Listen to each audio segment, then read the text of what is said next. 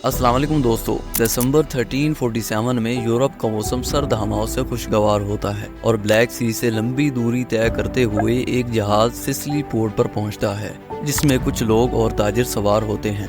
काफी देर गुजरने के बाद जहाज से कोई हरकत होती हुई नजर नहीं आती। जहाज से एक भी पैसेंजर नहीं उतरा था।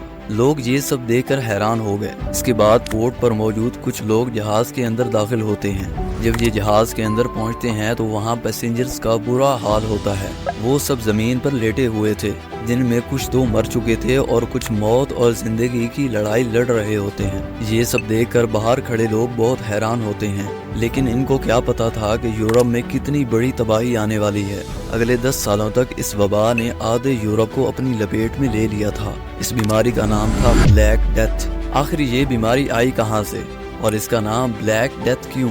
शिप में मरने वाले लोग कहाँ से आए थे? असल में ये एक प्लेग था जिसे ब्लैक डेथ का नाम दिया गया। इस बीमारी पर कई रिसर्चेस हुई। किसी में कहा गया कि ये इन कीड़ों की वजह से फैली है, तो कईयों में कहा गया कि इंसानों को ही एक दूसरे से लगी है। ये बीमारी असल में चाइना से फैली थी।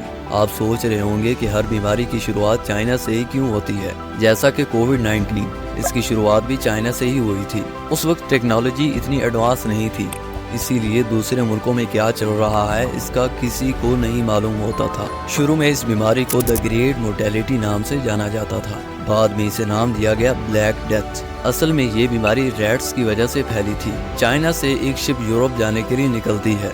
उस वक्त कुछ रैट्स इस शिप में चढ़ जाते हैं और यहाँ से होता है ब्लैक डेथ का आगाज। शिप में मौजूद सब लोग बीमार पड़ जाते हैं और इसी तरह आधा यूरोप इस बीमारी का शिकार हो जाता है। इंसानों से लेकर जानवरों तक सब बीमार पड़ने लगते हैं और कुछ ही दिनों में इनकी मौत हो जाती है। यूरोप के शहर में जहाँ भी नजर जाती है वहीं लाशें ही लाशें नजर आती हैं।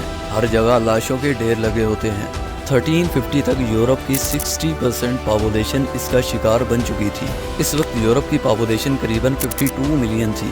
अफ्रीका और एशिया में भी मरने वालों की तादाद 25 लाख तक पहुंच चुकी थी। इस बीमारी की वजह से यूरोप की इकोनॉमी को एक बहुत ही बड़ा झटका लगा। यूरोप की मैन पावर में लगातार कमी आ रही थी और ट्रेड बिल्कुल खत्म होकर रह गया था। उस वक्त यूरोप में गरीबी इतनी बढ़ चुकी थी कि बीमारी की वजह से इतने लोग नहीं मरे थे जितने भूख की वजह से मर गए। यूरोप में रहने वाले लोगों का मानना था कि ये बीमारी जैव्स यानी यहूदियों ने फैलाई है। 1348 से लेकर 1349 तक यहूदियों के खिलाफ काफी केसेस चलाए गए। हजारों लोग इस बीमारी से बचने के लिए नॉर्थ यूरोप में भाग गए।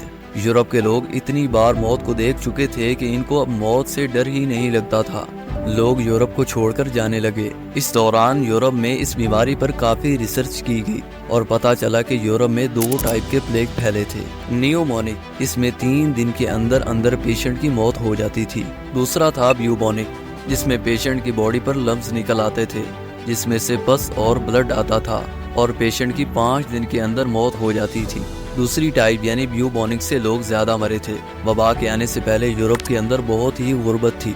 खाना ना मिलने की वजह से लोगों का इम्यूनिटी सिस्टम कमजोर हो चुका था, जिसकी वजह से लोग जल्दी बीमार होकर मर जाते थे। 1894 में अलेक्जेंडर यजन ने प्लेग फैलाने वाले बैक्टीरिया का पता लगा लिया। इस बैक्टीरिया का नाम यर्जिना पेस्टिस रखा गया।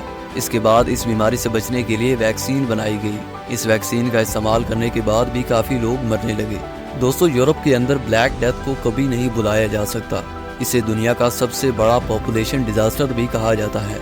ये वो वबा थी जिसने यूरोप की आधी आबादी को रातों रात मौत की नींद सुला दिया था।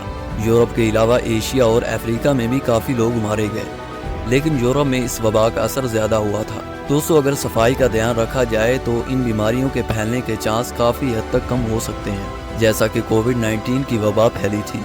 दोस्तों, उम्मीद करता हूँ आपने हमारा चैनल सब्सक्राइब किया होगा। अगर नहीं किया तो अभी करें, ताकि आपको हर नई आने वाली वीडियो का नोटिफिकेशन सबसे पहले मिले।